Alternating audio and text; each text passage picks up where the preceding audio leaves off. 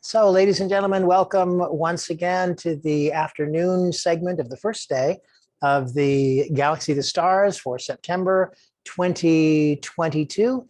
We are so fortunate this afternoon to be joined by Claudia Klein and Arno Stadler, and their topic is Optimize Your Session for Maximum Benefit. They have over 30 years of combined experience practicing and teaching hypnosis. Claudia and Arno share the insights and also teach important client-centered techniques which have been developed by SAIH, that's the South African Institute of Hypnosis,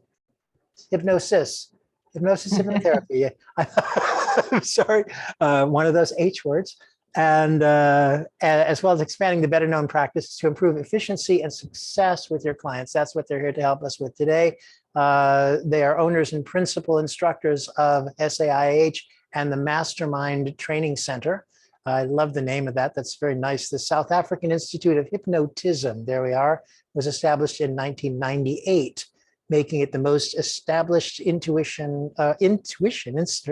choice of words, institution of its kind in Africa. So established in the last century, as a matter of fact. So that's really good news. It means they've been around for quite a while. So I've just heard wonderful things about them, and I haven't really had a chance to have much of a conversation. I've exchanged some email with Claudia, and I am so looking forward to hearing them speak. So without any further ado, I am going to turn this over to Claudia and Arno, and welcome to the program. Thank you so much for a wonderful, warm welcome. It's so good to be with fellow hypnotherapists. All the way back in Africa, you feel sometimes a little bit separated. We met, if you remember, Michael, in 2011, when I actually took all the way to Daytona to actually be at one of the conferences. And I noticed the high level of expertise. And when we were invited to join this beautiful event, we thought maybe the best way is to give you the top pickings of everything that we have gathered in the last 20 years or so. And that's why we chose this topic. So I would like to share my screen just for a moment, because I just have this graphic here that you all have in your handout. And there's nothing really new from this. I just want to say that this is going to be the framework of what we're talking about. So you have this graph, and on the left side, you see the trance depth from the Roy Hunter Trance Depth Assessment Scale. And at the bottom, you see the session time. And then you can see these various blocks in which we kind of separate the aspects of a holistic hypnotherapy session. And the line that goes through indicates what could happen to the client's trance depth during these various aspects of the session. So you might want to keep this diagram open to orientate yourself where we are. You can also use the step-by-step that we have given you in the handout. So I really thought that we thought that the overview of how a session can flow most beautifully could be advantageous to you. And so we're given certain time frames for every topic. And we sincerely hope that it works out in the time that we've been allocated. So I wonder whether it's possible to keep possibly the questions to afterwards. Would that be possible? Okay. Yes, that's ideal. That would be, yeah. So we allocated about 20 minutes, hopefully, that we can answer that. Including in our presentation is what we call the resource strategy approach, which is something very much homegrown. As a matter of fact, quite a few things that we're talking about are homegrown, which is a little bit of an advantage, I would say, being so far away from a beautiful community like you have in America, because obviously your clan is much larger than it would be here in South Africa. So you become quite innovative, I would assume. So we, it's just starting to rain here.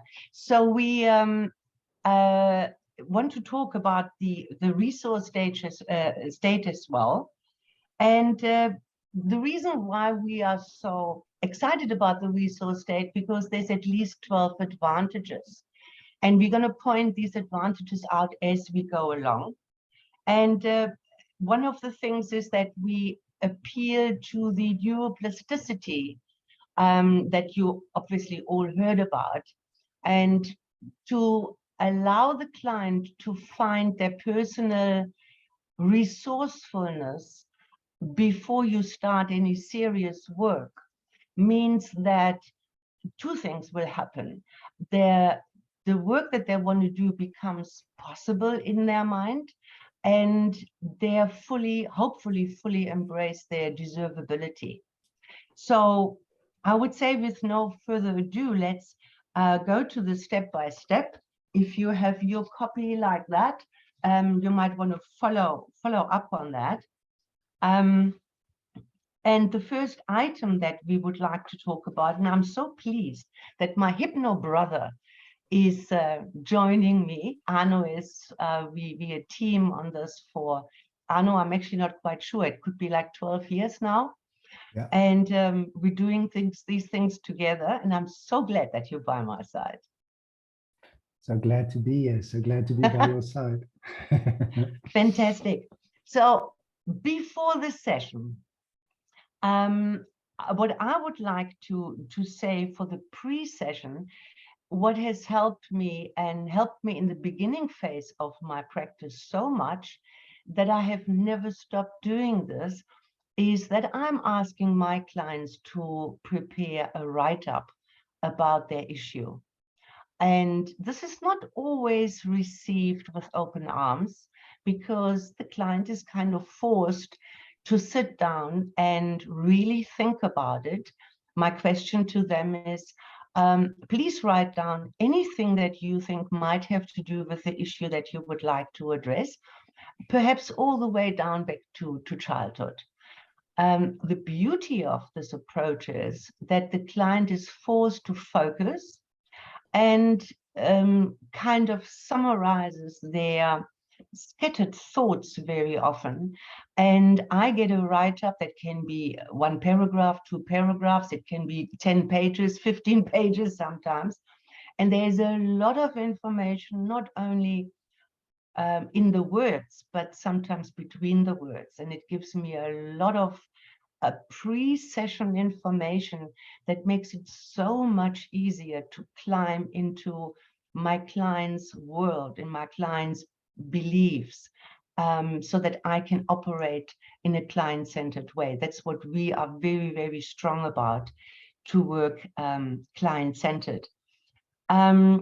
So having that also means when the client finally sits in my therapy room, is that we feel like old friends, because there is no chit chat. I have the write-up there, I've underlined what is important to me, and I can go climb straight in and say, once again, thank you for giving me all this information. I thank you for your trust. And I would like some more information on this aspect or on that aspect. And in this way, we save a lot of time, and the pre-talk is a lot more intense and fruitful, in my opinion, than if you don't have that pre-work. So that is the first offering that I would like to do. And then, of course, we come to the actual pre-talk. And I find from the case studies and from students that sometimes the client presents a symptom, and we as hypnotherapists seem to take that literally. And for us, what is very important is that you see what the client presents and you actually start a process that is super important for us because it is so valuable to find out what specifically actually is holding up that issue. So, for example, the client might say, I'm procrastinating. And then you could ask certain questions and you find out there's a lot of anxiety underlying there and certain other things perhaps. And then you can set priorities and that gives you an absolute insight on what needs to be worked on. Instead of working on the procrastination as such, you could work on the anxiety and then the procrastination would collapse.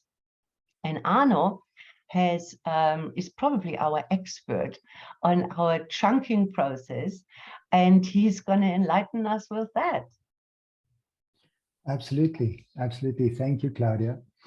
I would just like to add a little bit something about the resource state itself, and maybe just put yourself, imagine with me, and we've got a whole group of hypnotherapists, so I'm sure that's going to be easy. Just imagine you wake up in the morning and you feel amazing. It's one of those days. Maybe you dreamt you're on a tropical island, or you won the lottery. I don't know what that is for you. You wake up and you feel amazing. And then you listen to the birds and say, oh, they sing just for me. Life is great. You go to work and everything's good. And now, notice how resourceful you are and how capable you are to deal with that day. Maybe the boss or whoever you're dealing with, or a client or whatever it's got, didn't wake up like you, but you feel able and capable to deal with that. Now let's take another day. You wake up and it's one of those mornings and you just feel terrible, like, I don't know, maybe you didn't sleep well, something. And getting up, you listen to the birds and you go, they're going to crap on my car, And this is your day, and this is how you go into that day. Now imagine that day and how it unfolds. And eventually, even the smallest little thing becomes a problem, right? You are so unresourceful that you can't cope. Now, our clients, when they come to us, most of the time, they are very, very unresourceful around their problem, right? And it's very, very difficult to find solutions when you're in that highly unresourceful state. And this is the primary intent of the resource state, is we want to switch them from that state of mind, a problem state of mind, an unresourceful state of mind, into a resourceful state of mind. And I'm sure you know this, but when you are feeling good, the client feels good, that subconscious mind opens up, that inner child opens up, and the suggestions go in so much more easily. Right, and it just activates and makes a difference. Okay, so yes, let's talk about the pre-talk. Now, I don't know, I like to know that you can hear me and everybody's muted, so that's good, but there you go, somebody can hear me. I just want to check if you have noticed that the pre-talk can actually make or break your session. Have you noticed that? Yeah. So, yeah, sometimes you go into that pre-talk and it just seems to drag out, and you just don't seem to get the information you need. And then when you have them in hypnosis, when you've induced trance, you go, oh, I should have asked that, right? And now, it becomes more tricky to get that info. You can ask them in hypnosis, but then you're using some of your hypnosis time to get more info. So this is what the chunking process is about. It's for you to get that information very, very quickly, to save time, so your pre-talk becomes shorter and that you have more time for actual, downtime or session work or hypnosis. Okay, so if I take a papers here and I'll just look at this, we're now there where it says chunking process summary and then presenting problem. And here's the thing about the problem. The problem should be phrased as a problem. It shouldn't be phrased as a solution. So if your client comes in and they say, I want to be slim, trim, and sexy. That is not a problem. And if you take that as the problem, then you are already going down the wrong path. You need to get the client to identify what's wrong. Why are they there? How is this a problem for you? Is how we ask to find out what's going on. And you might be so surprised at what you get. You know, sometimes a person might say something like, I feel out of control, you know, or overwhelmed, where you might have just assumed, okay, this is a weight problem, and just go straight for that. So just to have them get clarity in their mind and identifying the problem as a problem in the negative, they must phrase it in the negative, is an important first step. And I don't know if this has ever happened to you where a client is so vague that you didn't actually nail down a problem. And then you find yourself, that client, moving the goalposts as you go along with those sessions because they never identified that problem. Have you ever had that? Yeah? Okay. So that's the first step. And this should happen quite quickly. In my practice, I've got this little counter thing and I stand there and I've got my paper and I tap on it and I say, just in a word or a sentence, why are you here today? Right? And sometimes they go, oh, I haven't thought of that. You know? And then I give them a few seconds just to kind of get clarity, to tell me why they're actually there. So that's your first step, is just to identify that problem. And then your next step is to chunk down on that problem. And that's got to do with, you know, taking what the client presents with what we call a category problem. It's very rare that the actual presenting problem the client presents with is the actual reason for what's going on. There are specific problems causing that category problem. And to elicit that information, to get those specifics, you need to do something called chunking down. And this is where we ask investigative questions. All right. Now, what I'm going to do is I'm going to use this very simple example to illustrate this. So a client comes to you and they say, I've got a weight problem. And you say, you've got a weight problem? And the client says, yes. I don't know why. I eat right. I exercise. I drink enough fluids. You know, I always eat right. And you say, you always eat right? And the client says, well, yeah, except, you know, at 2 in the morning when I wake up and then I can't go back to sleep. And then I go and I eat the fridge. So, oh, okay. That's interesting. Now tell me, now let me press pause on my story. Do you think we're now dealing with a weight problem with a client eating wrong, or are we possibly dealing with an insomnia problem? Right? Can you see if this client doesn't wake up, he won't go and chow the fridge, right? So now we say, okay, so how come you wake up? Client says, no, it's my work. Yeah, it's just his thoughts, the stress, so much stress. We say, okay, stress. So now if I press pause again, are we dealing with a stress problem, an insomnia problem, or a eating wrong problem, right?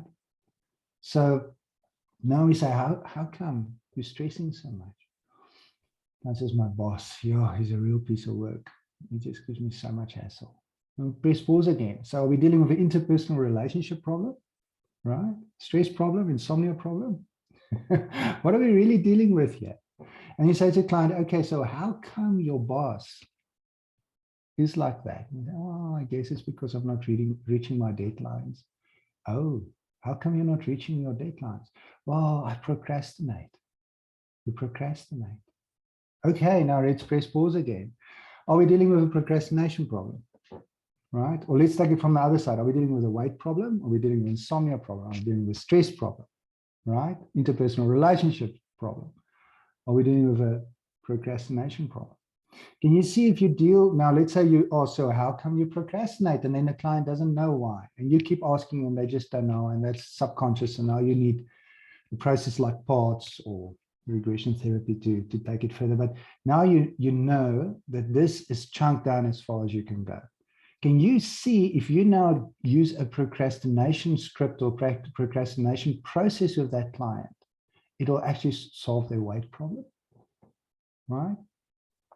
So does that make sense that you kind of have to chunk down? You need to understand What is causing what? It's then like dominoes, they fall like that. You need to figure out what's at the bottom. What is as far as you can go consciously in a pre-talk, the cause, right? It's very rare to get the actual cause in a pre-talk. You need deep hypnotic work for that, but you can get much closer, which means you'll save a lot of time in your sessions moving forward. So how do you chunk down? The easy way to chunk down is just to ask investigative questions: what, where, when, how come. Replace your why with how come. Why tends to cause resistance. You know, remember when you didn't clean your room, your mother would go, why? As a teenager, and then you'd go slam the door. So, you know, maybe a good idea to steer away from that one. But we ask investigative questions to figure out what's going on. And just a quick little tip around chunking down. It should be a spontaneous unfolding of information. If you're using a form and you're going down your form questions, and you're just hitting those questions like this, it's difficult to get the information because it's too rigid. So generally, your client gives you information and you ask them something about that, just like a normal conversation.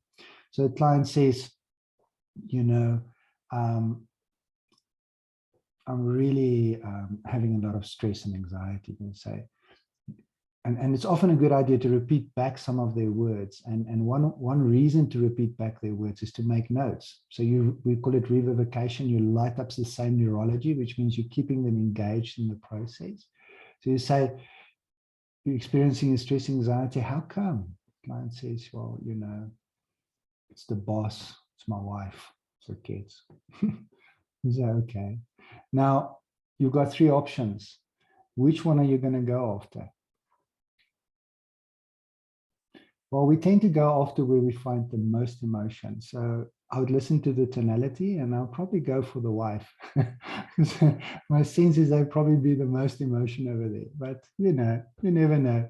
You say, and then you make a note. You start with the wife. You say, tell me about the wife. What about that? The wife causes stress and anxiety. Client says, no, the way she treats me. And you say, the way she treats you, and how does she treat you? Can you see how I feed back what the client says? And the excuse I'm feeding back is I'm making notes. So don't just feed back if you're not making notes, because that looks a bit weird, you know, you just keep repeating the client's words. But it's got a tremendous value and benefit in keeping the client engaged. Because if you start asking these random questions, you know, I see practitioners sometimes they've got a form, so they go down these questions, and as the information starts coming out, they suddenly ask something like, by the way, how's your mother-in-law?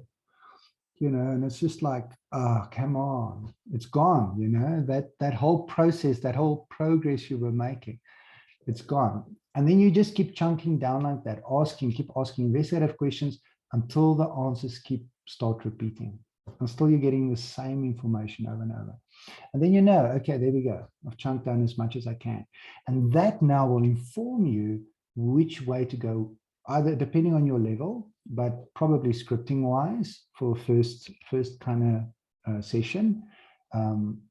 Most practitioners are still script bound. So you kind of choose which of the scripting you're going to use, or if you're more process bound, you start moving forward, you can already start considering something like part therapy or any other of the variations that's available. Okay, so that's a chunking down. Yeah, okay. Yeah, I always give it very visual in class to say, if you imagine a table with legs, some tables have 4 legs, some table has 1 leg in the middle, and if the presenting problem is the tabletop, when you worked on the legs and the legs no longer exist, the tabletop will collapse. And that's usually quite well received because it's a nice visual for our students. Absolutely. Absolutely. That works beautifully. That works beautifully. Okay, so that's your chunking down. We find this is the part that most people need to practice a little bit. If you do this right and you get this efficiently, this takes minutes, 3 minutes, 5 minutes tops, and you have the relevant information and you know how to target your suggestions. Okay, so the next step is to elicit an outcome. And this is interesting that this should be very quick. But you would be amazed how many clients are actually stuck in the negative. So you say to the client, so, you know, what outcome or result do you want from this or these sessions? And then the client says, I don't want to be fat anymore, right? And then tell me, can you take that as an outcome? No, we can't, right? It's not an outcome, it's a problem. Okay, and then you say, okay, so when you're not fat anymore, how are you? Or, you know, what's changed? The client says, no, then I'm no longer disrespected by everybody. Is that an outcome? It's not, still a problem. And you would be amazed how many people are so stuck in their problem state that they are not able to easily switch to an outcome state. And then you say to the client, okay, so now we know what you don't want. So what do you actually do want?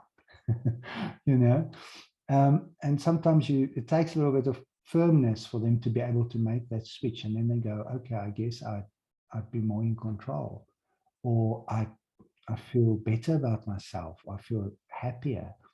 And these things are all outcomes. They're positive and you can use them because now they got that problem. You know, like when you go and talk to, you've got a problem, something's bothering you, and you go and talk to a family member, a friend, or someone, and you just talk to them, you get it off your chest, and you feel a little bit better. You notice that? Now, when you chunk down, it's like that. They got the problem off their chest. Now they're feeling a little bit better. And now we utilize that change in state. They're feeling a little bit better. And we use that to go after the outcome, right? We get them outcome focused, which should be positive. Okay, so that's your outcome. And then once you've done that, we're going to chunk up. Now, chunking up means we are now going to start, in the pre-talk already, start connecting them to their resourcefulness, their feel-good feelings, right? So how do we do that? Okay, and then also a very important question is, why should we do that? But let's first look at it, at how you would do that. So now you know the client, the outcome, and let's say the client just wants to be more in control. So let's write that down. Client wants to be more in control.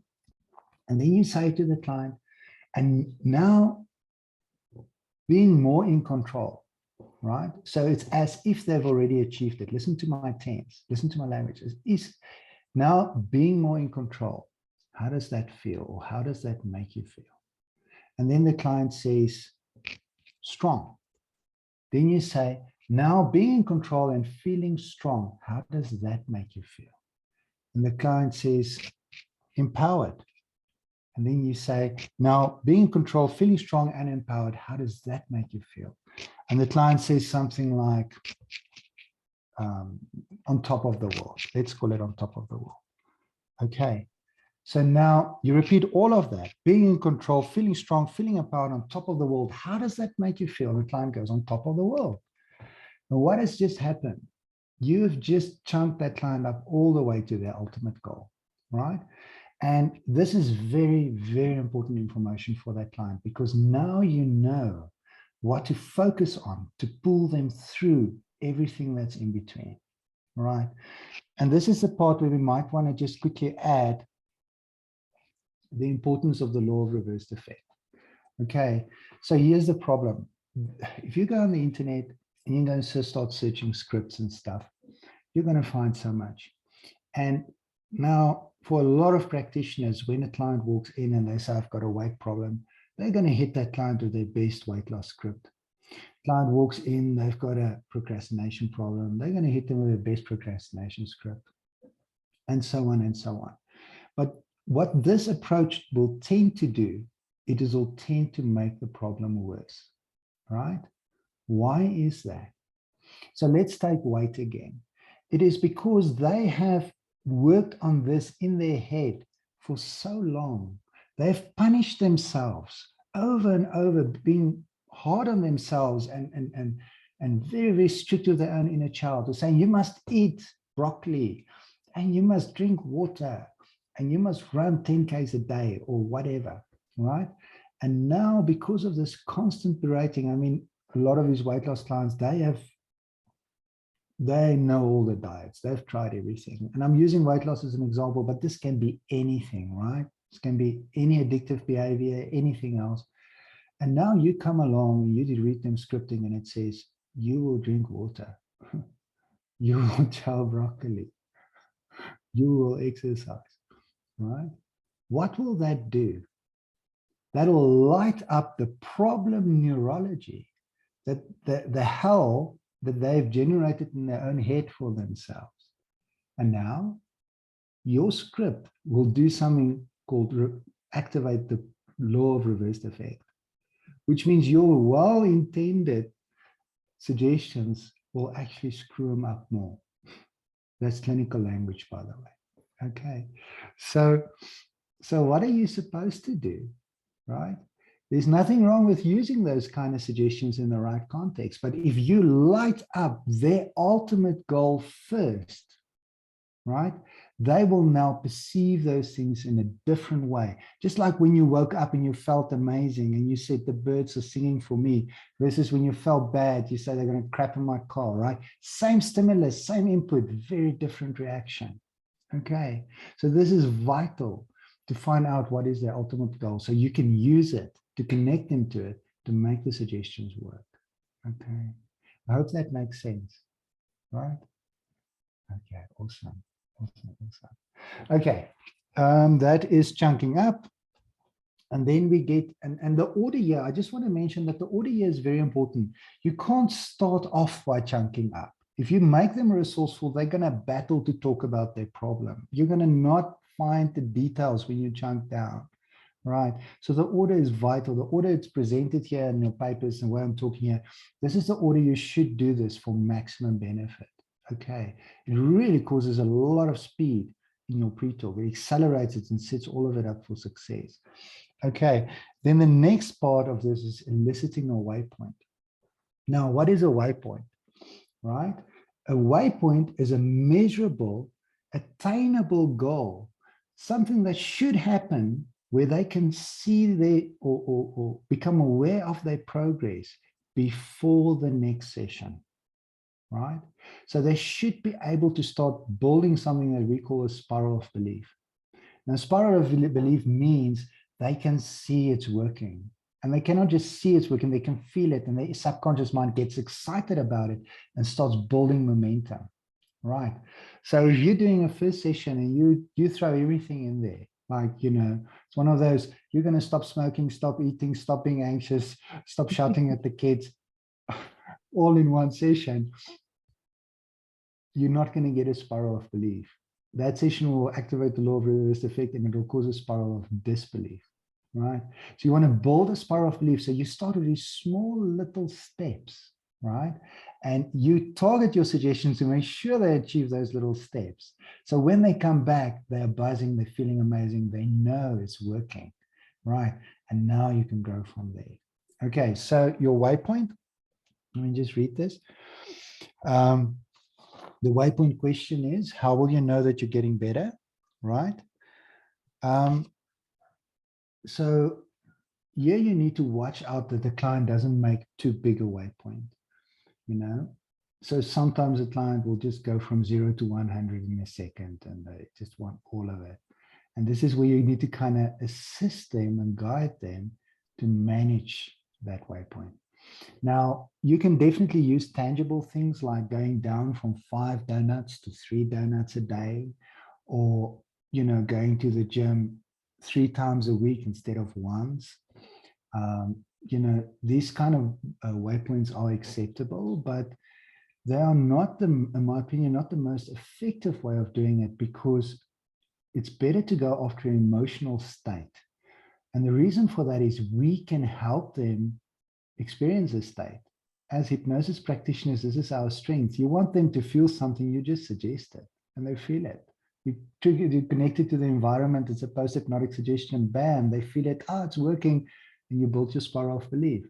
I mean, let's say you've now set up that they go to the gym 3 times a week, and maybe this week there's an emergency, or like if it's South Africa, there's power cuts, and now they can't get to the gym, right? And remember, to the inner child, the subconscious mind, it's digital. It's wrong or right. There's no shades of gray. It's black and white. You know, if they say they want to lose 1 kilogram a week and they lose 995 grams, they have failed. And the suggestion will blow out and they will feel it's not working. They'll get discouraged. And this is why it's so important to make sure the waypoint is set properly. Okay, so one way of setting the waypoint is by introducing a scale. And we like doing that by saying something like, you know, so in order for you to go to the gym 3 times a week, how do you need to feel? And the client says, motivated. And then you say, on a scale to 10, where 10 is the most motivated you can be, how motivated have you been recently? And the client goes, 1. And you say, okay, so on that scale, for you to know that you are making progress, where do you need to be? The client says 10. Now we're going to accept that. We go from 1 to 10 between 2 sessions, right? No. You say, client, that's great. That's great. And 10 would be great. And yet for us to know that you are starting to make progress towards that 10, where do you need to be on that scale? And then the client, can you see my language is actually chunking it down? Can you hear it? And then the client says, well, I guess if I'm on a 3, and then you say to the client, how will you know you're on a 3? And then the client will say something that's unique to them. Sometimes they say something like, I'll feel it, and then we accept it and we know they'll feel it. But sometimes they'll say something like, I'll put on my tackies without thinking about it. Guess what you're going to suggest in that session? Right? Can you see how we're setting them up for success? Next moment they look down, they're wearing their tackies and say, I put it on without thinking about it. The hypnosis is working. I better go back very quickly because the momentum is building, right? The results are happening. And this is your chunking process, right? From the top all the way through to the waypoint. Yeah. Okay.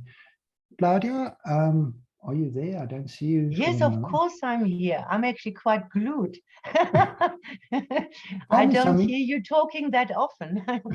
Tell me something, should we, I know we said questions afterwards, but shouldn't we open after something like a big topic like this, like 5 or 10 minutes for questions? Do you think that's going to mess it up? I was just thinking the same. Yes, my hypno brother, because I don't know. And looking at the gallery and only seeing half or a third of the people, it's very difficult to measure the reaction, whether that what you just presented was actually a lot, a mouthful, or whether this is an old head and we can just move over.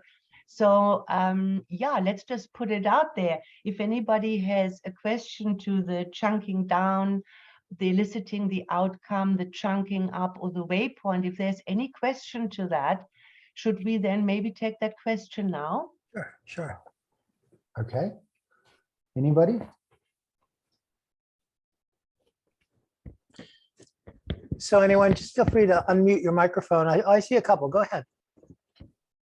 Yeah. Hi, this is Rachna. Yes, Thank Racha. you. So just on the eliciting a waypoint, could you give just a few more examples? Because I'm still unclear on how to really be able to, get a measurable, how to measure it, how to get them to measure something. I understand it's emotional, but like, could you just explain a little bit more on that part? Absolutely. Let's take a client that is like really anxious in Monday morning meetings.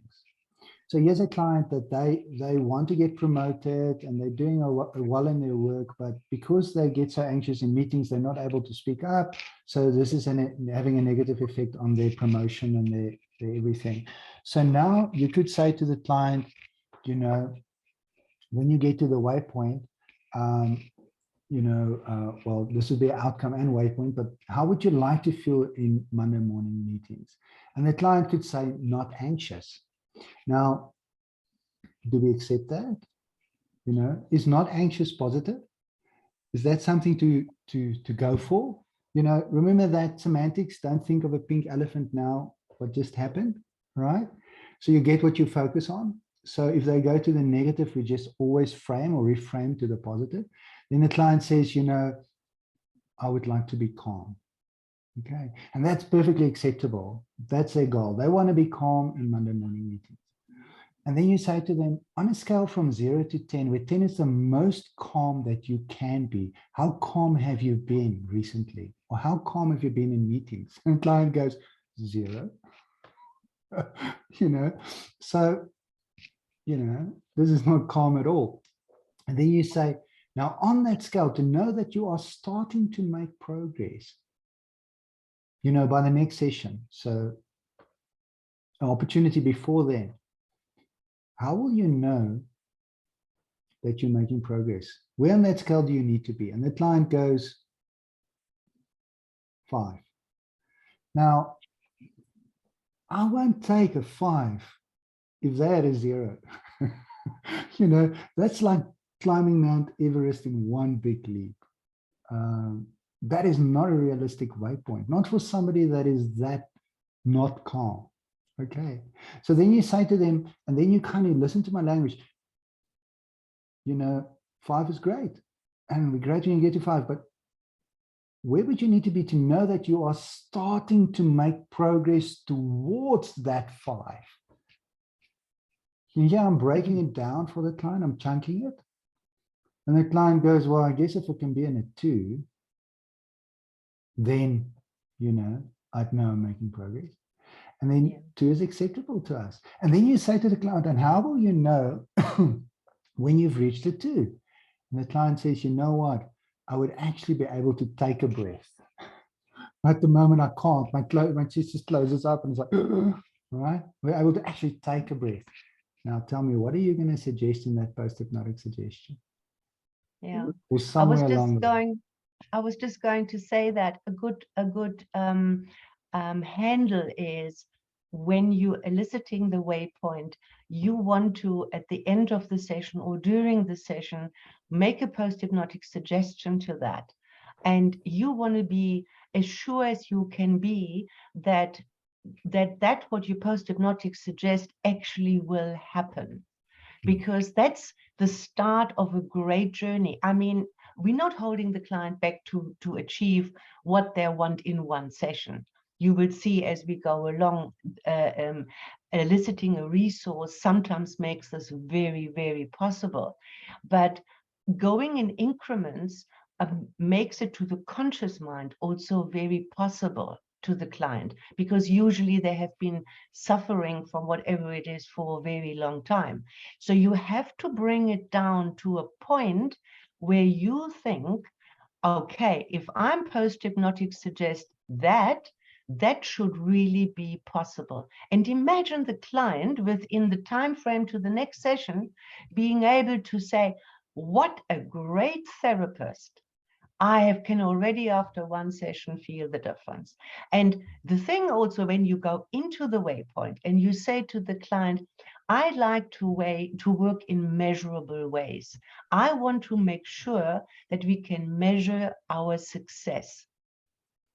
We don't want to waste time or money in something. If it doesn't work, it doesn't work. How does that sound? If somebody kind of says, let's set a goal, an achievable goal together now, we have the tools to make that happen if they make it so small that it becomes achievable.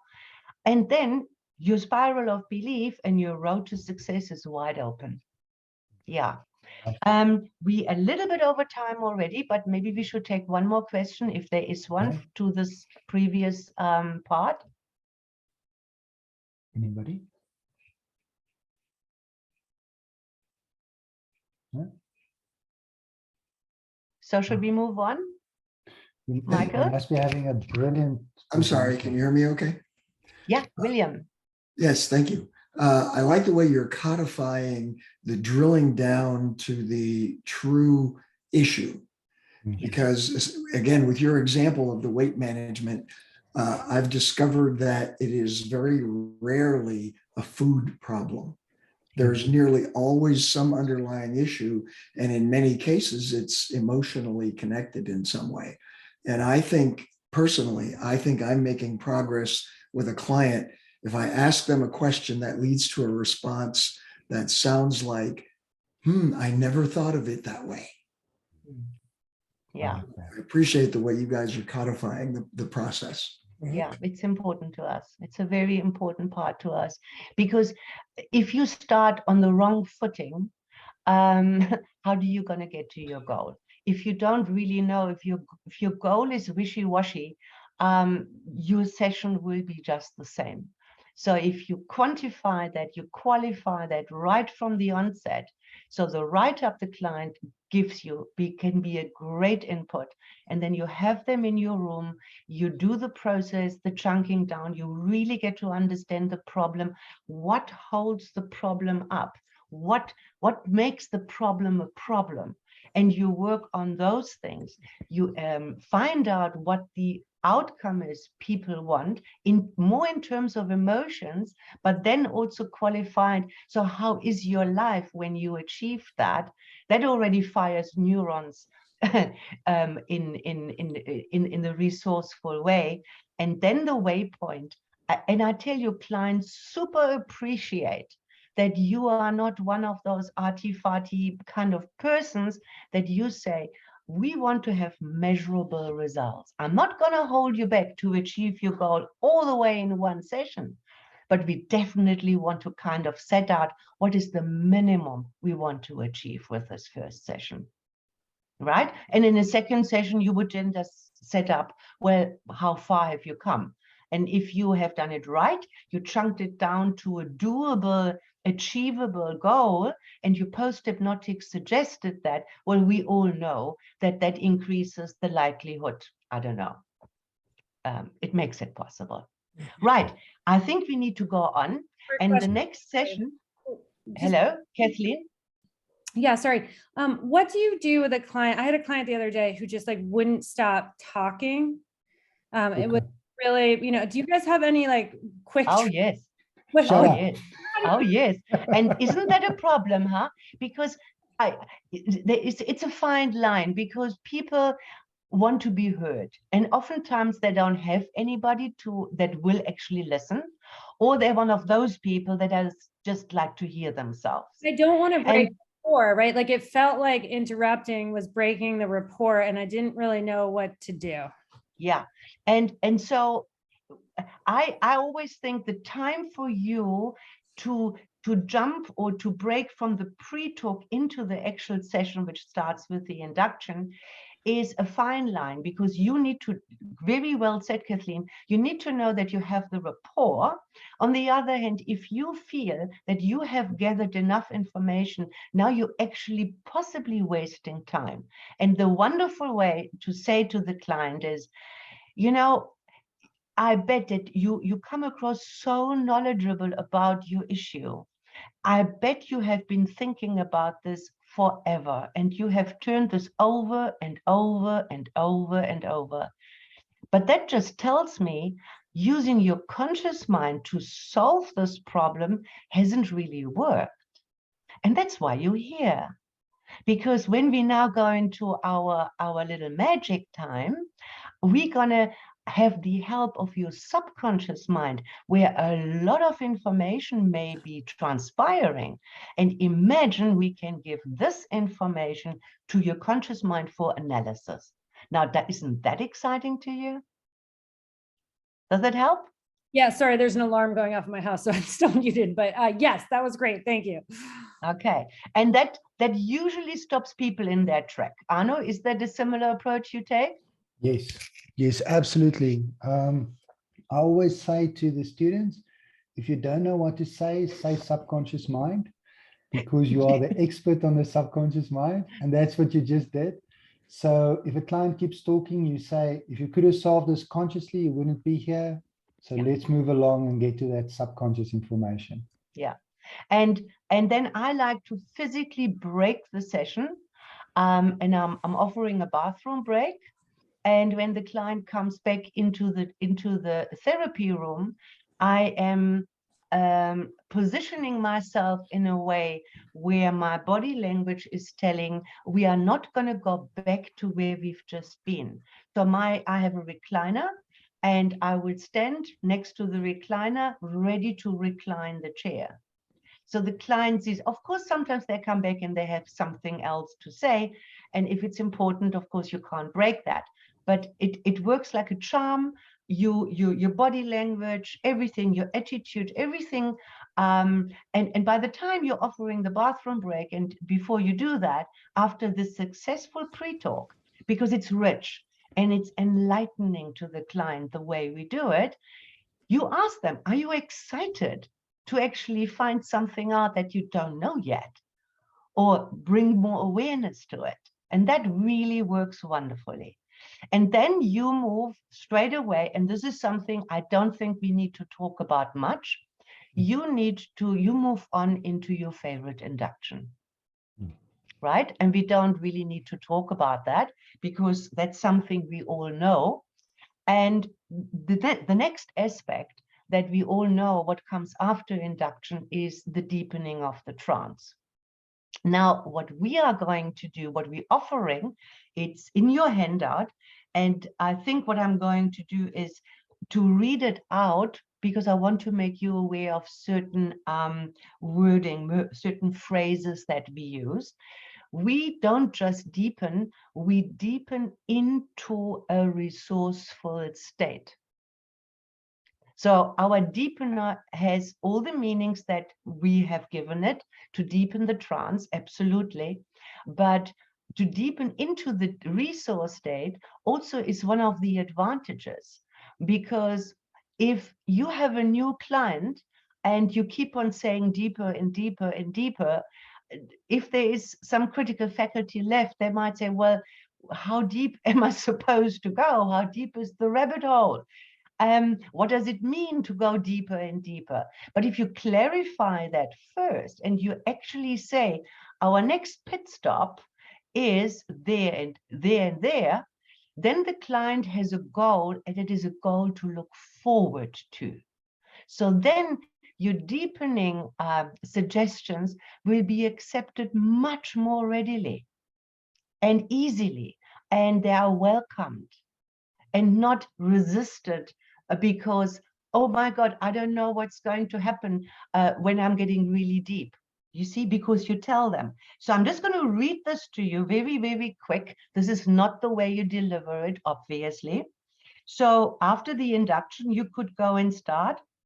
In a moment, I'm going to count from 1 to 5. And on the count of 5, you will arrive in a place that only has one purpose. And the purpose is to please you.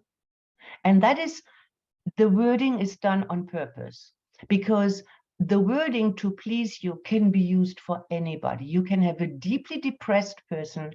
You can even have a grieving person. You have a person that has pain.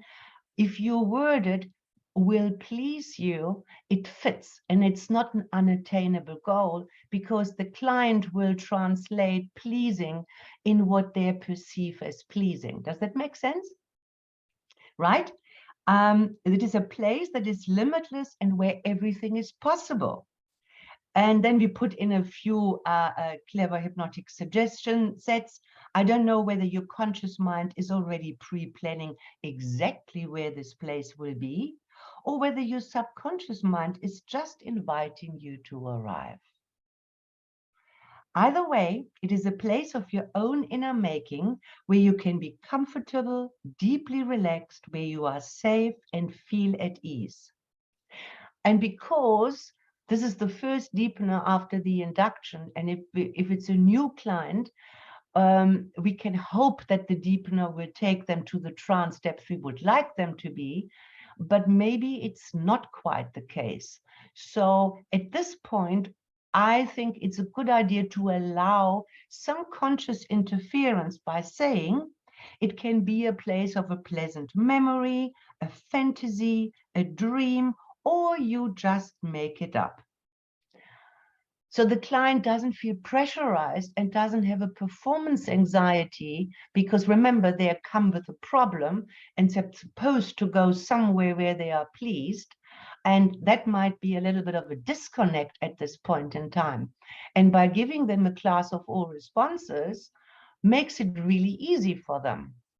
And then they have 5 steps to let themselves sink into that. The next sentence that we have here is, you don't have to tell me all the details. That's also important because to show the client that we respect their privacy is very important. Because one of the misconceptions is that when somebody comes to a hypnotherapist, I'm sure you're aware of that, everybody thinks that all their skeletons will fall out of all the closets. And by telling them right in the beginning that you don't have to tell me all the details, now I'm really free. I'm really free to come up with anything that pleases me. If it's childish or intimate or whatever it is, I don't have to tell it in detail. And of course, you can adjust some of the words where you are safe or deeply relaxed or at ease. You can already use some of the words that you learned in the pre-talk of how the client wants to feel and put them in there, right? So already the work starts and you only add a deepener. Does that make sense? Right. And then you just start this process. For example, you say one, double, of course, every time you count, you will say every number I count to double your relaxation or you triple your trance. And then you slip in these little suggestions as you probably all know. So with the first count, you could say, understanding that this journey is only about your benefit or is only for your benefit and for the benefit of those you love and care about. This is important. It's important for two reasons. First of all, the first sentence to say this is for your benefit means this whole session is geared just for you. It seems obvious, but it's nice to know the conscious and the subconscious mind to hear here is somebody who is structuring something just for me and just for my benefit. Now, but here is a problem because many people don't really allow themselves to be selfish or self-centered because they think that's the wrong thing to do. By adding that you say, and for the benefit of those you love and care about. Because it's logical. If my client feels better, the people in its environment will feel better. So we're not telling a lie, but now the client can justify really going into this because they're not only doing something good for themselves, they're also doing good for the people around them eventually. Okay, so this is a lot of doing with just the one suggestion that you put into the first count. The second count, we say here, relaxing deeper and deeper, obviously, and the deeper you allow yourself to drift, the better you feel, which is something we all know. Once we enter the state of hypnosis and the body starts relaxing, the mind starts relaxing, that's just a byproduct. Number three, it becomes easier and easier to relax deeper and deeper. 4, almost there now. Now you remind them actually of where we're going. Almost there now in this place that only exists to please you, where everything is possible. Now that's a good sentence to use, not just for where we're going, for this deepener, but what does this suggestion mean? Where everything is possible. So you're opening it up beautiful, and then you count the last number, whether you snap or how you do it, number 5, and you can relax right into this space. Right. Now, we don't know whether the client has done something or not, right? We can only hope that they're followed because it sounds really enticing, doesn't it? We have offered the client something. It's like a carrot. I mean, really, who can resist? Even when you come in a problem state, you're not making any promises that they find outlandish. We just promise them a place where they are being pleased. Now comes the next step. If you look at your handout, we call it exploring. And this is the place where we actually train the senses, which is another advantage of the resource state, because training the senses is very important for the hypnotic state, but also later for certain sessions. For example, when you do regression or something, and the client can't rely on their sense of sight, but they might have to rely on their sense of hearing or smell or whatever. So if you train the senses in this pleasing place, there's no threat, and the client learns to broaden their experience by exploring all the senses. And you help the client doing that. You, for example, say, I don't know which of your senses you connect first. Is it your sense of sight, your sense of insight? See what you can see what is presenting itself to please you. Or perhaps you notice first how it feels in this place. Notice the temperature on your skin. Observe how you are feeling in that space that only exists to please you. Or is it your sense of hearing? How about amplifying your hearing to a point where you could hear a butterfly fly? I love this. And maybe you just want to touch something so special, maybe the way you seldom touched before, understanding, knowing what pleases you. What this also does as a side effect, which is very important to us, it completely associates the client with this place that they have been. Because if they have been following, if you delivered your suggestion in a way that they accepted them, they will now be completely associated in this place, in this resourceful state. Does that make sense? Yeah, that's inviting. I mean, who can resist that? And then of course we still don't know. We still haven't spoken to the client. We still don't know whether they actually have been following us. So the next aspect is what we call confirmation is hugely important. So earlier we said you don't have to tell me all the details, but now we're going to ask them something. It sounds a little contradictory, but if you say, I only have 2 little questions. And the first question I have is, there where you are now, are you inside or outside? And all you have to say to me is either the word inside or outside. And the client will say either one. It doesn't matter to us where they are, but by them qualifying that they're either inside or outside means they've been following us. So we don't need to know the movie around this or the story around it. We just want to know, have you been following us? And of course, that's right. And now there where you are, outside or inside, in this place that only exists to please you, what would you say is the best word to use of how you feel? And that, of course, is what we are after. We want to know, have you been listening these suggestions? Have you been getting ready to start feeling resourceful, to firing the neurons in your brain that are there to make you feel resourceful, powerful, motivated, worthy, or whatever it is? And then we have a confirmation that they have been following. And that's only the start. That is the base.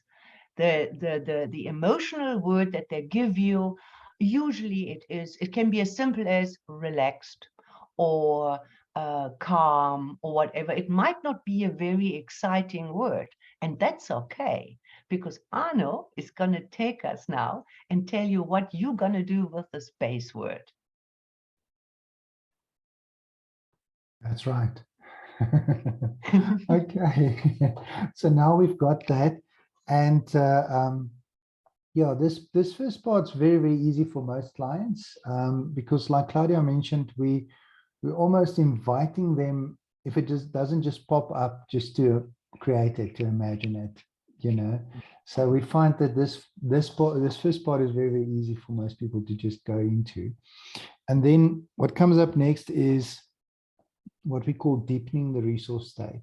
So now, in essence, we want to make this feeling stronger. We want to make them, you know, connect more strongly to whatever positive resourcefulness they're starting to connect to.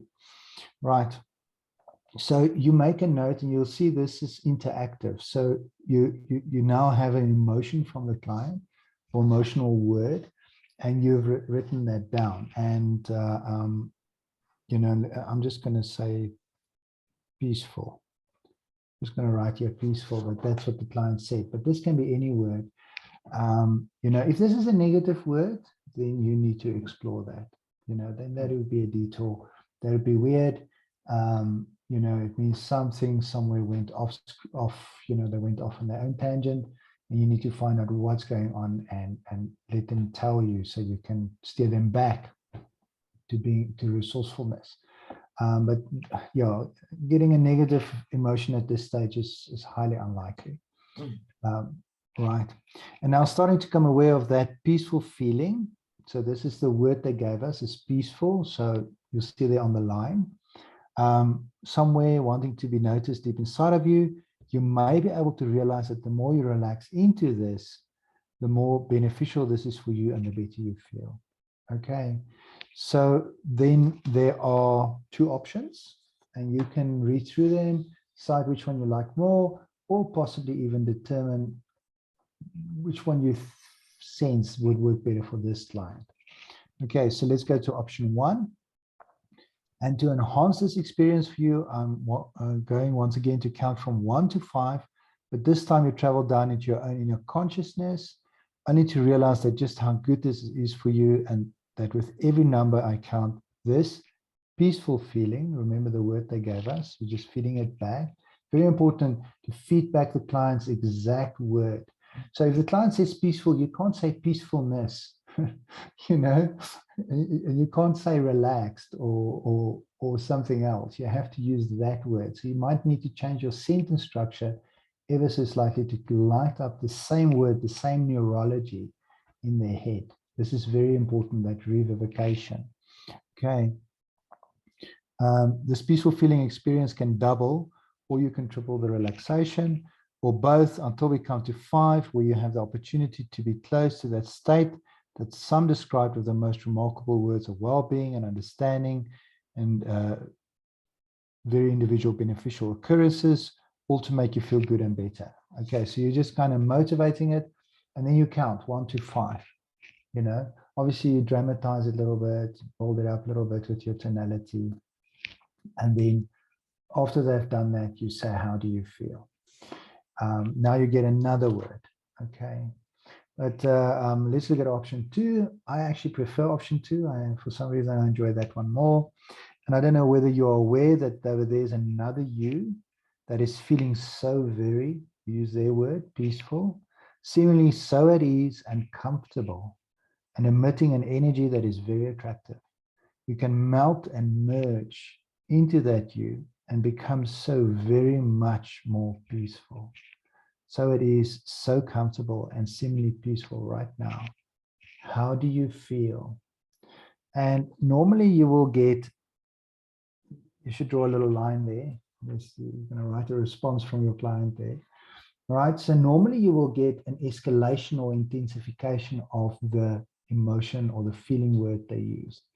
And sometimes they use the same word, but you have to listen to the tonality. They go, so peaceful, you know. So you have to kind of maybe then write it down so that you can match and mirror their tonality and the way they pronounce it. So you just kind of have to be aware that it tends to just intensify the resource state. Okay, so now you have that in place. Okay, and then we come to the next part, which is expanding the resource state. And this is actually a positive regression. Now, what you need to understand is that this is meant to be in a first session, this resource state, which means you are actually going to regress a person on a very first session, right? Now, if you are regressing to a negative on a first session, you are screwing up, right? Because this person doesn't have enough rapport with you, with themselves. They don't have enough understanding of how the process flows. And if you regress them back to where the stuff hit the fan and they go rogue and they go crazy and they do their own thing, it's a freak show, right?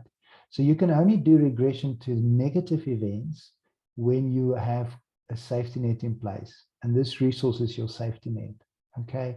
And by then the client has been trained, their mind has been trained through all these advantages that we're going through as we go along to get maximum benefit from that session. So now in the very first session, you're already doing positive regression. You're already training them to regress, right? And what's so beautiful about this is because it's to positive events, they will easily allow themselves to go. Imagine you haven't regressed them before, and now today, you know, I see it with some of the practitioners. The clients know that today they're going to do that regression session. And it's their first regression, and it's going to be to where the bad things happened. The resistance the inner child builds, the kind of anxiety and uncertainty, you know, it's terrible. And you can get rid of all of that by teaching them to regress from the get-go. Okay, so this next part, this positive regression, is probably, well, everything is important, but it's probably the most important part of this whole thing. Okay. So now what you do is you got your first regression. We call this expanding the resource state. You say to them, okay, so just remind me, what was the last word we decided they are feeling? Peaceful. And once we had peaceful, let's change it to a stronger word. Let's change it to something better than peaceful. Happy? Happy is good. Happy is good. Okay. And again, listen to the tonality on that happy. There's a difference between a happy and a happy and a happy, right? Well, mine had a question mark at the end. Did you hear that? So you took me into the resource state. You said to me, okay, so you're outside, and what is the best word that you could use? And I answered to you, happy. So I'm questioning myself. Am I really happy? Okay. It's so important. It's so important. Because now you know where that client is at. They're not even trusting or believing that they can allow themselves to feel happy. Okay. Any case, let's go on. So that's right, you are, and it says out inside. So the client have said earlier where they are at. Let's say our client said they're outside. Okay, so you are outside and you are feeling happy. Now, in the tonality. Now, take that feeling of being happy. So you can't say that feeling of happiness, right? Else we're not lighting up the same neurology. We're keeping the word the same. And let it guide you to a time further back in time when you felt especially happy, right? I'm going to count 1, 2, 3, and on the count of 3, you can relax effortlessly right into that moment. And when you experience this again fully, you don't have to tell me everything. Again, we're reminding them that we are respecting their privacy. Okay. And sometimes you can see a client sigh of relief when they realize they don't have to tell you because they don't actually want to sometimes share, you know, maybe think of the last time you were really happy, you know, where could that be? Okay, let's go on. But I would just like to know whether you are inside or outside. Okay, 1, 2, 3, right there in that moment, are you inside or outside? Guys, when I say 1, 2, 3, dramatize it. It's a regression, right? 1 going back, 2 all the way back, and 3, just like that. Okay, so just do it like you know. I hope you know. I'm sure you know. Okay. Are you inside or outside? Okay. Now, the client tells you, let's say the client says inside, right? And then you say, that's right. How do you feel? And the client says, let's say, joyful. Okay, so just change it to joyful. Okay, so now you go straight ahead into your second regression. You say, now that you know how to do this, go back to another time. Now, I do need to mention that you can't waste time here. You can't faff, you know. You have to keep that momentum. Once you start the regressions going like this, you know, you have to keep going. Because if they start thinking about their answers, they're going to mess their own process up. So it's quite quick going from the first to the second to the third. And You know, also, yeah. when you do this 1, 2, 3, the moment you ask, are you inside or outside? Because you can imagine, oh, which event must I take? Which event must I take? And by you straight away asking, are you inside or outside? The client has to make a choice. And we're not going in hunt for an ISE or something like that. We're just on a hunt for a better feeling. So it doesn't really matter which one it is. Okay. Right. Okay, now the client says, joyful. Okay, and then we go to a time when you felt even more joyful. 1 going back to all the way back in 3, just like that. When you are there, let me know. Okay, that's right. Are you inside or outside? You will actually notice as the client learns how to do this, it tends to accelerate.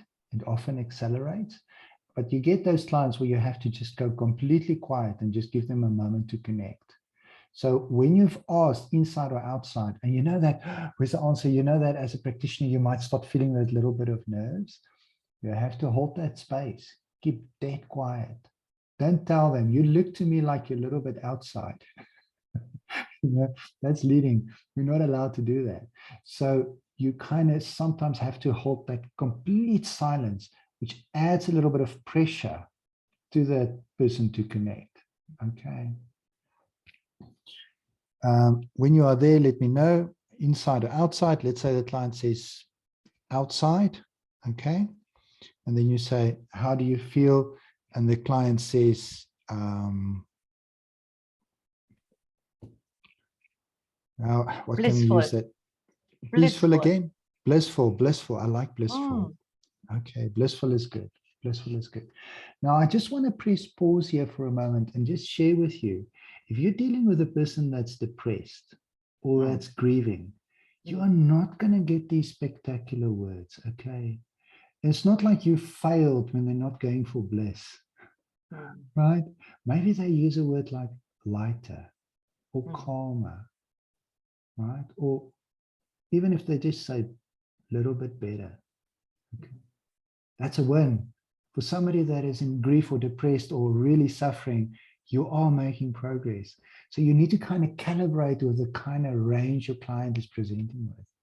You're not going to take a depressed person that's depressed out of their skull and take them into ecstasy like this. Yeah. This is not healthy either. Okay. This bipolar.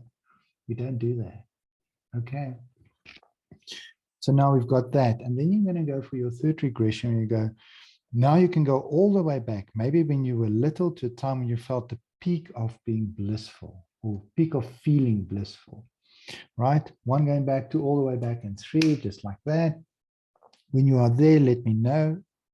Okay, you normally wait for a nod or a confirmation, so they'll let you know they're there. That's right. Are you inside or outside? There you get an answer first. Never ask more than 1 question for somebody in trance. Okay, ask a question, get an answer. Ask another question, get an answer. Don't ask 3 questions and wait for 3 answers.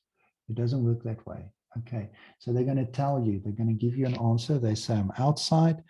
And then you say, what's happening? Okay. And now is where you want to explore this a little bit. And this is almost like a positive ISE, positive initial sensitizing event, where they go, often with the very first time they felt a certain way. This happens sometimes, okay? Now you say what's happening, and say something like, Dad is holding his arms out, and you say, listen to my semantics, you always repeat back, Dad is holding his arms out, and I'm taking my first little steps. You're taking your first little steps, and how does that feel? Wobbly. Right. So now you're eliciting this information, you're getting this information, and you explore it a little bit. And what happens next? I make it for the first time, I make it without falling. That I'm so happy, or I feel loved or cared for, or that is holding me so tight. Okay. So now this, if you imagine this, what is this worth? What have you just given this person? Can you put value on it? Right? What has this done to their neurology? It has shown them that they have this incredible positive feeling, emotion inside of them, and you've just connected them back to it. Okay.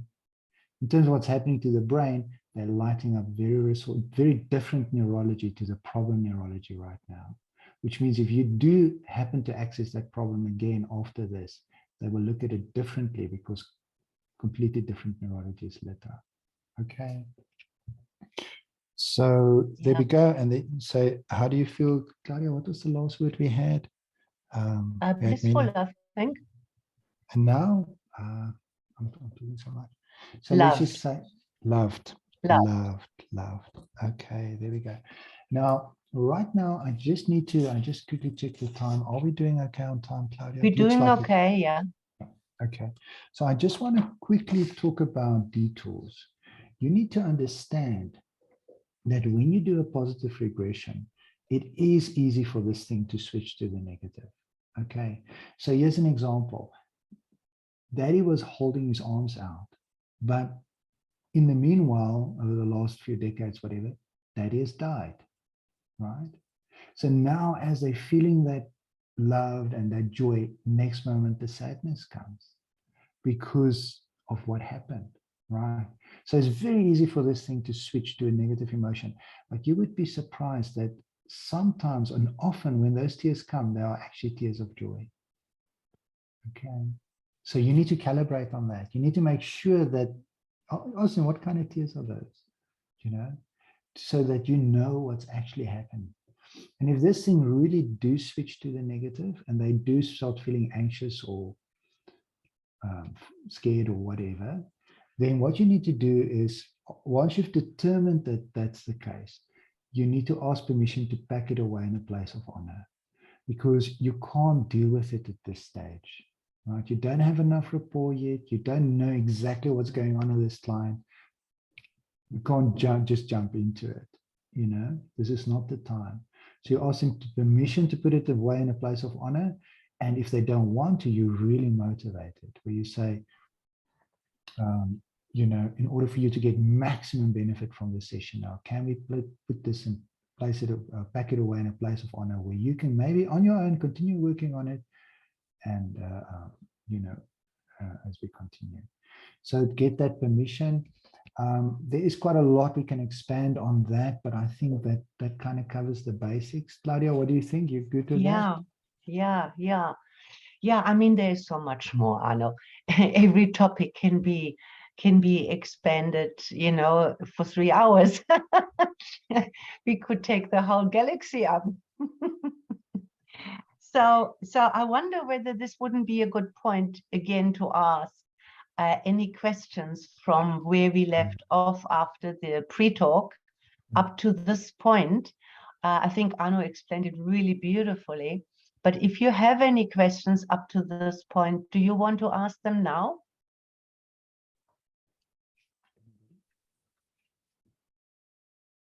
Hi, it's Jackie. I'd like to ask one if I could. Yeah, go for it.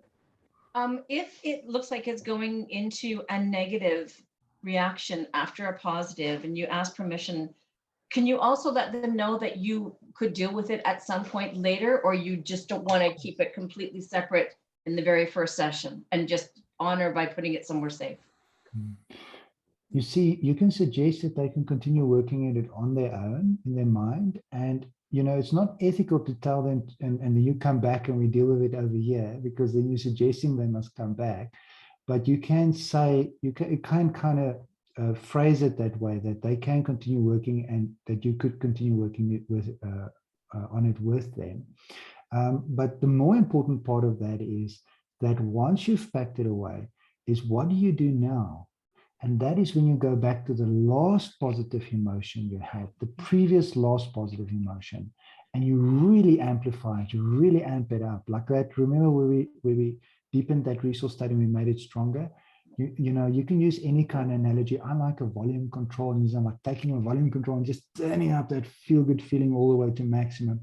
And then you amplify it and you regress again. Okay. And because that negative is packed away, your chances of actually now getting the positive to go further to another positive event is much higher. I think you guys and girls know this, but the intensity of the emotion is actually what makes your regression work. So if you have strong emotion, the regression is much more likely to work, and that's why we amplify it. If it's not strong enough, the logical, the conscious mind, the interference, it can go anywhere. Okay, I hope that answers for you. Anybody else? Yeah, so I had a question, just a little confusion. So when we started out, like we were starting out with the negative, like to take the example again that you'd taken earlier, that the anxiety over like Monday morning meetings or anxiety in meetings. So if that's, let's say, the presenting issue, but then we're going straight into a deepening into a positive state of mind, right?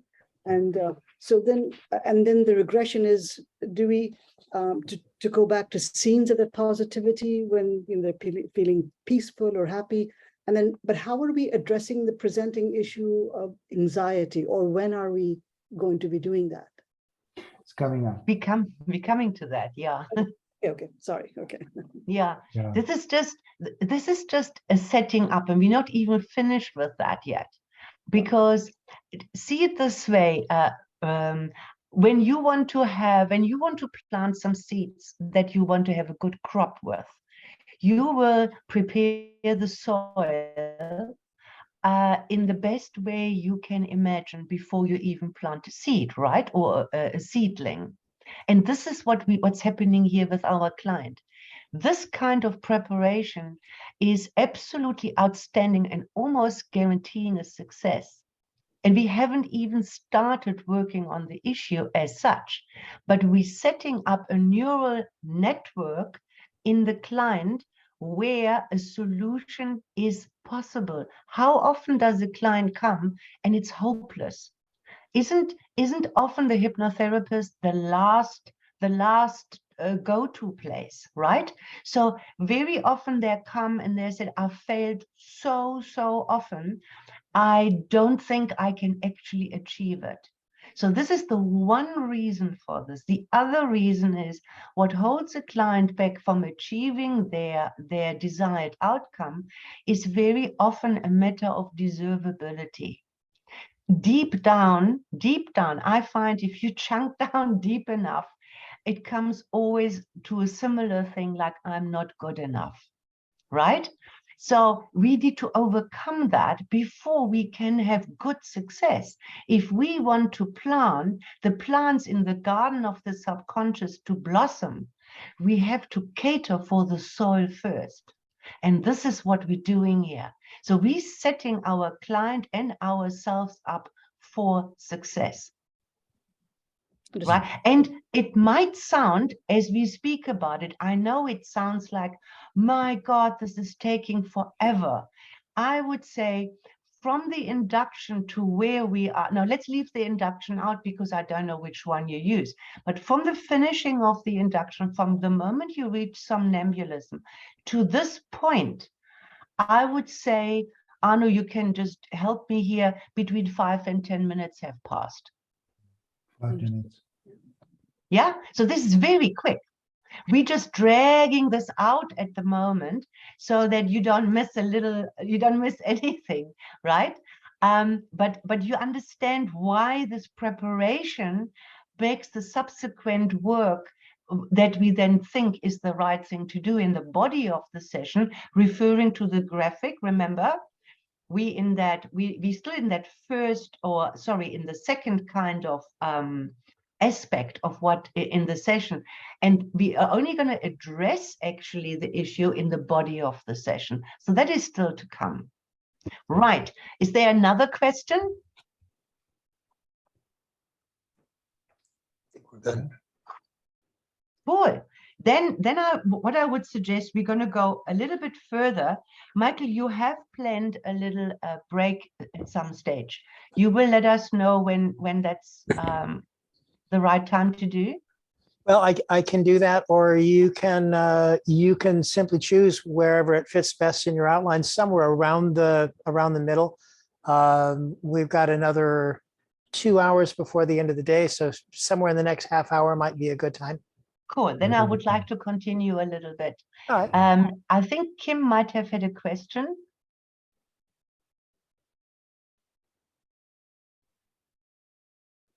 She just needs to, yeah.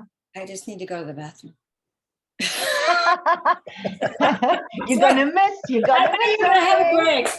I was saying How up does for that a make break. you feel? Should we have a 5-minute bathroom break then? Sure. Yeah, should we do that? Sure. Whatever you like. Cool. 5 minutes. 5 minutes. Great. Back. Fantastic. So everybody feeling a bit relieved, I hope. So what we have done so far, we have really changed our client's neurology to be in a we call it resourceful state. Can you possibly see that even if we were to do nothing else, but the client could retain and revisit this kind of state, that they would be very much more equipped to deal with their issue by themselves? Can you see that?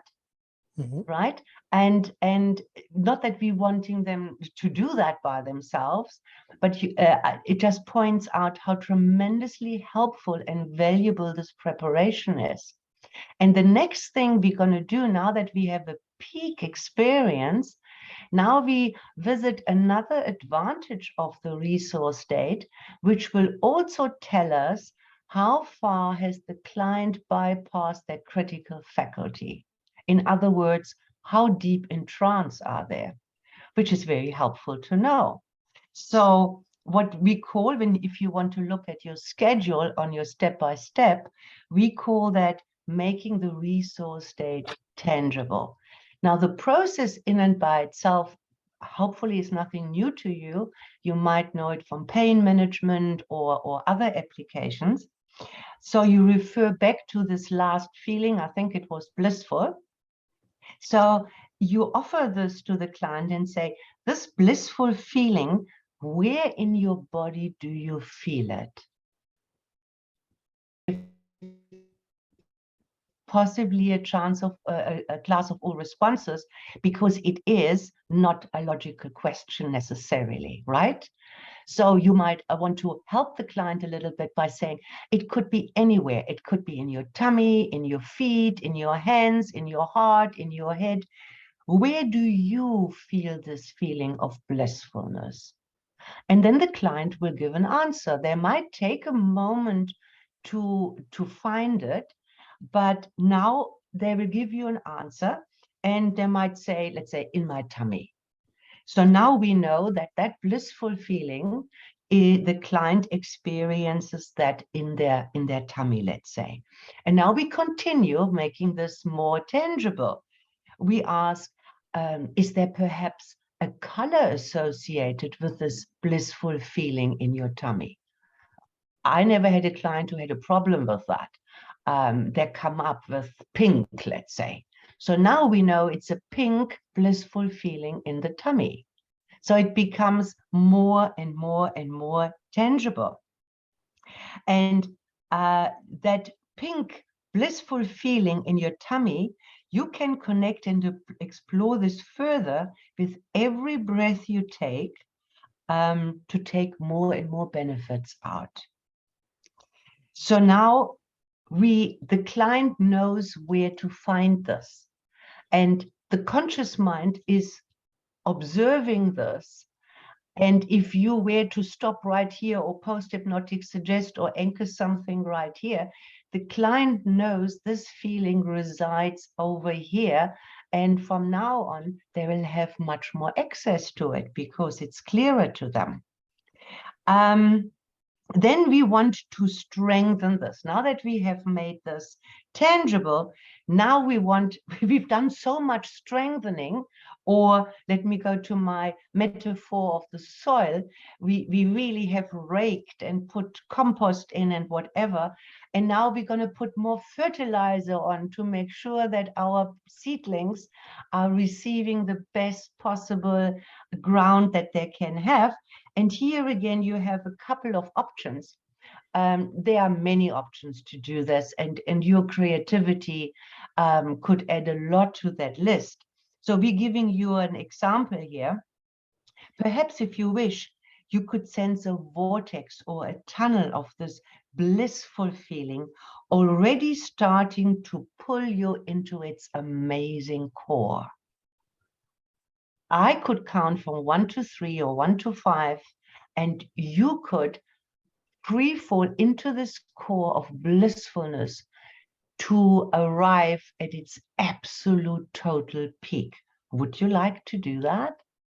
So I asked the client, yeah, and then you can dramatize it. And one, starting to feel this pull of this vortex, this absolute pink blissfulness, wanting to have all of you and infuse you with complete and total blissfulness. 2, 3, 4, 5, there you are. Can you imagine? And then you, of course, extract a new word, which might be an even better word. And how do you feel? So we make it stronger and better, but you have to make it tangible first before you can do that. Another option would be a much simpler one. So this blissful, pink, blissful feeling in your tummy, how about you breathing in pink, blissful energy and infuse your whole body with this wonderful, wonderful energy. And you could bring it to every single cell of your body.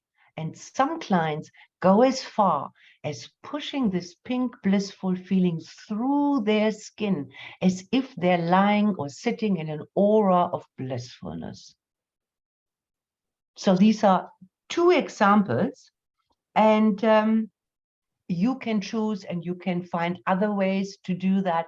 But can you see how we're coming almost to a climax of the feel-good feeling that the client can achieve? If any other way of changing the neurology was just the starting point, now we're really putting the turbo on. All right.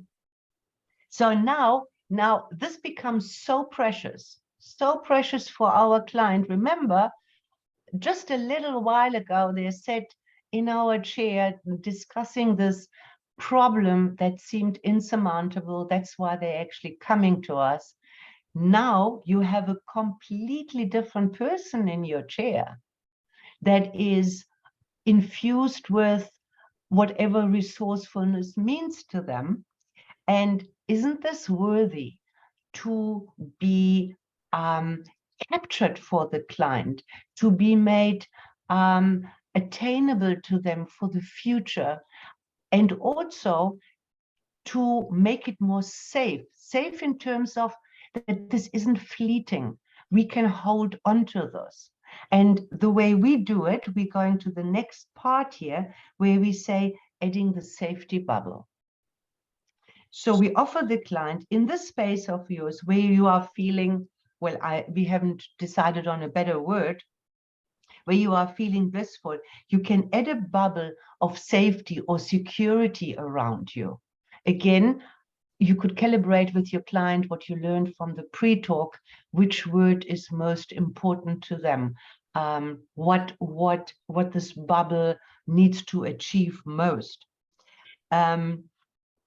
So that in this space, you are safe with your blissful feeling, and no one can come in unless you invite them. The reason for this is oftentimes it's some people from the past or from the present or in our imagination from the future that are ruining our good feelings. Isn't it just like that? Yeah, we all know how to feel happy. We all know, we all have felt happy at some stage. The problem is a sustainable problem. How do we sustain this? So what we kind of offering the client here in trance is to say, put a safety bubble around this so that nobody can disturb this unless you invite them. I think that's important that we say unless you invite them, because again, some people feel that this is too selfish. I am not allowed to feel this good, especially because I'm not feeling good for a long time. Or I need to have my baby with me or my pet with me or whatever. So we don't want to exclude anybody that the client wants to have with them.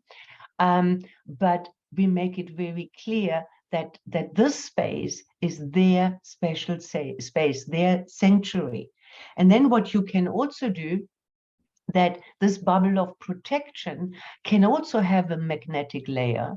And this magnetic layer is drawing everything the universe has to offer that will benefit you. It will just draw it to you just because it can. Right? So this bubble can have double meaning. In other words, we say to the client, just stay here and the goodness will come to you. It will permeate that safety bubble and have an effect on you. So you can only do these things now that we know that the illogical aspect has been accepted. If you go to the street or to anybody and say, hi, what's your name? Joe. Hi, Joe. How do you feel? Oh, I'm feeling okay. Yeah. So where in your body do you feel that? They probably say you're not quite together. So the fact that you can ask your client that and you get an answer to that, and you can put other aspects to it, proves to us that we have bypassed the critical faculty at least to a point. And knowing that opens everything up. That also means we can create this bubble of protection, the magnetic layer and all of that, because the client has proven to us that they are ready for it. Now, this is your safety net. This is, if ever anything goes wrong in a session, you have an ability with your suggestion to bring the client back to this place. And this is super important. It might not be that super important in the first session because we're going to be most probably dealing symptomatically. We're not going to do a regression to an ISE or things like that. But because the next step, I'm just going to turn the page here. The next step is that we're going to anchor this, and Arno is going to take over for that. But can you see that once you anchored this in the client, that you have a tool that is an absolute safety net that you have created for the sessions. And I just like to go ahead a little bit because I just love this little story. When you have you ever seen a toddler at the checkout counter with all the sweets?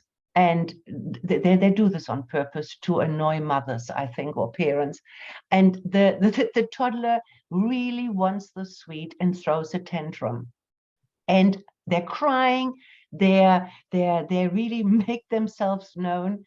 Well, when I was in that space many years ago, I always pretended those are not my children. I think that was the best way to deal with it. But imagine now that parent gives that toddler the sweet. They might still be crying and have this tantrum, but at the same time they're smiling because they have got they got what they needed. And this is what happens when you have a problem in the session and you say, I'm going to count from 1 to 3 and you're going to be back into whatever you name that place, that sanctuary, that place of safety, that safety bubble. You're going to be right there. You should see your client, how they go from distress to this relaxed state. The importance of the safety net that this gives you is just so valuable, and you're always going to have it for future sessions as well. So Arno, will you tell us how to anchor that? Absolutely, absolutely. I love it. I love it. And I just want to add something over the safety is that, you know, especially for somebody, their safety is a concern. You know, where maybe something bad happened when they were little, or there was some abuse, or, you know, something. You can see them latch onto the safety aspect so much, so much, so much. They get so much benefit from it. Yeah, any case, let's go on to anchoring this. So now we're on page 6, right? And now we're going to anchor the peak emotion. Okay. And the last word we had was blissful, I think. Yes, so let's stick with blissful. Now, this one feeling of feeling blissful can be available to you anytime. This is one benefit of the session that you can accept right now and use when it's appropriate, wise, and beneficial. Now, those words are very, very important. And we're going to come back to why they are that important just now. Can you imagine using this successfully in certain circumstances? You want buy-in from the client, so then you wait for confirmation. Okay. Would this be useful to you? Again, you want them to want it. That's right. Breathe deeply into this feeling. And now you're going to select one of these 3 options for your anchoring. And you can decide which one you like most, or if you get a sense of which one this client might benefit most, or once you know them, which one would be most practical for this client to use in their day-to-day life. And obviously you can also, if you know some different ways of anchoring, you can add those. Okay, so your option 1 is, I'm going to touch your hand, and then you gently press the index finger and thumb together. And when you, and then you say, and when you press these 2 fingers together, okay, so that's just basically doing that, right? And you might be so surprised, you could say, think you could just do it semantically, but some clients would actually go and do this. So you don't want that. So it's a good idea to help them so they know exactly what you mean. And you don't want to pre-explain what you're going to do in the pre-talk, because then they're consciously already discounting what you want to do.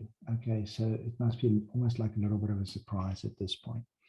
Okay, or option 2, gently hold it in your hand and close your fingers around it. Okay. Look at the semantics, gently hold it into your hand. It's not making a fist, all right? Making a fist, it's gently holding it. This is important. We don't want the associations of a fist and making a fist at this point. Okay. And then your post-hypnotic suggestion for these 2 options, option 1 and 2, they're the same. That is, from now on, whenever you wish or desire, and when it's appropriate and good for you, whenever you, and then you repeat the option you chose. So let's say the first one. Touch your index finger and thumb together. This blissful feeling will instantly come over you and benefit you in many ways. And every time you use this, it will be easier and easier to effortlessly, instantly connect you with this wonderful, blissful feeling. Okay, compound it a little bit.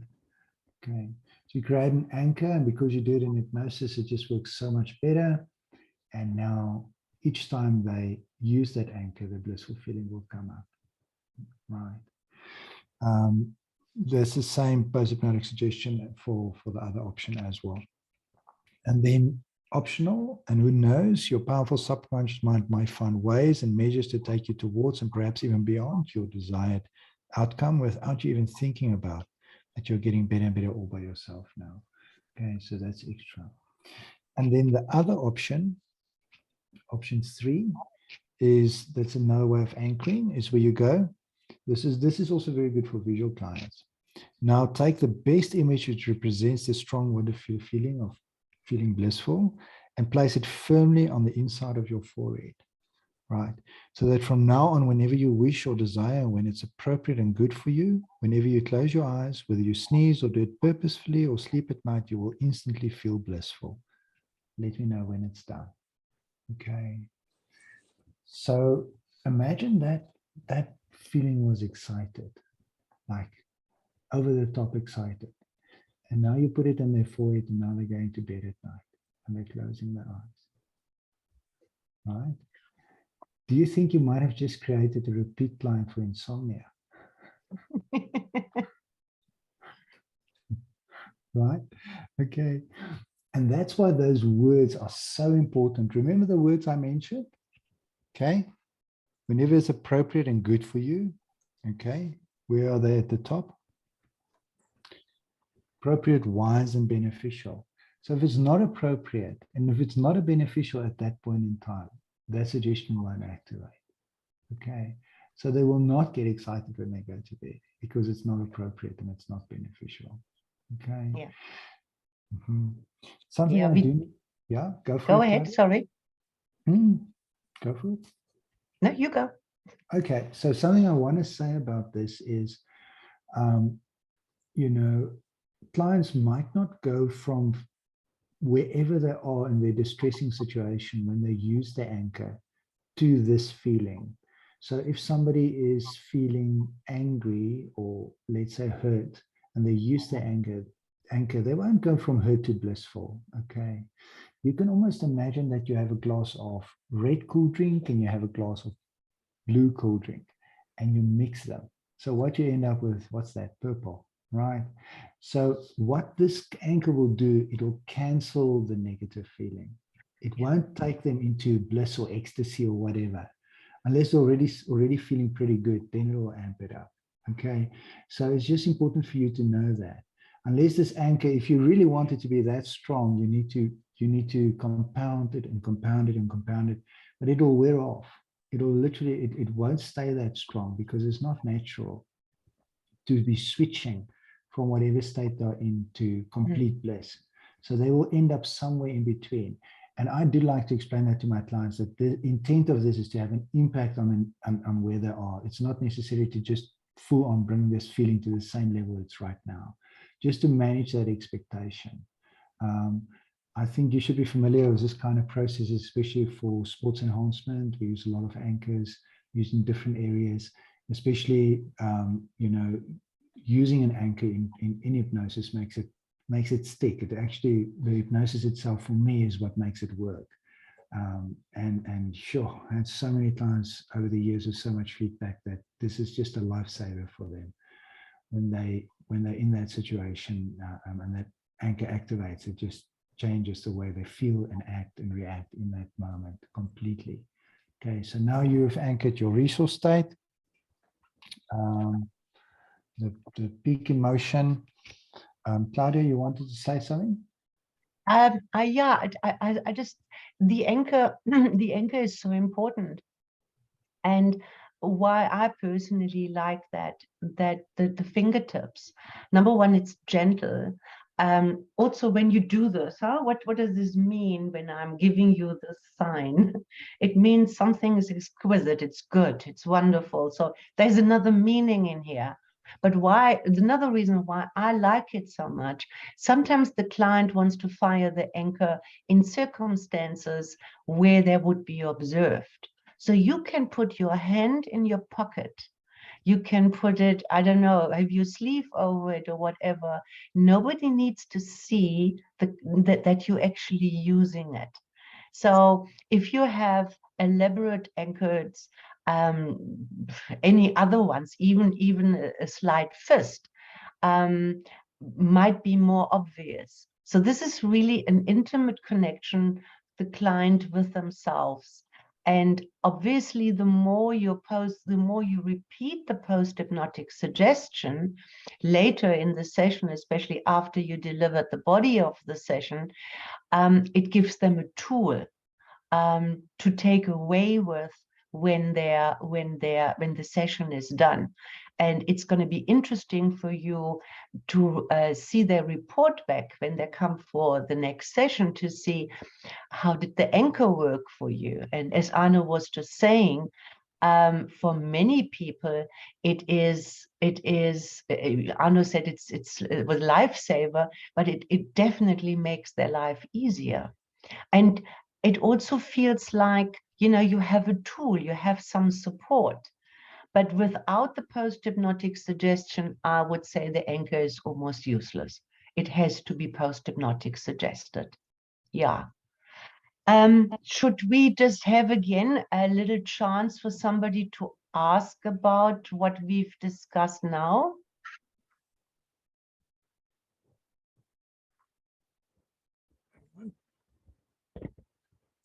No? Yeah. All clear? Lovely. Fantastic. We must be really good. Okay, then now that Claudia, should we take that break now, because we're going? Let me just quickly check what's next. yes, you got a good point here, yeah. Yeah, this feels like a good place for a break. How long is that break, Michael? Well, since we took that earlier one, maybe we could just maybe 10 minutes would work for people now instead of a whole 15, and they can stretch. And for folks who are in a place where there still is some sun, put your face out in that for a minute before you come back, and then in another 10 minutes we'll continue to the end of the day. Does that work? Perfect. Great. Thank you. All right, everybody, have a lovely break. 10 minutes. 10 minutes.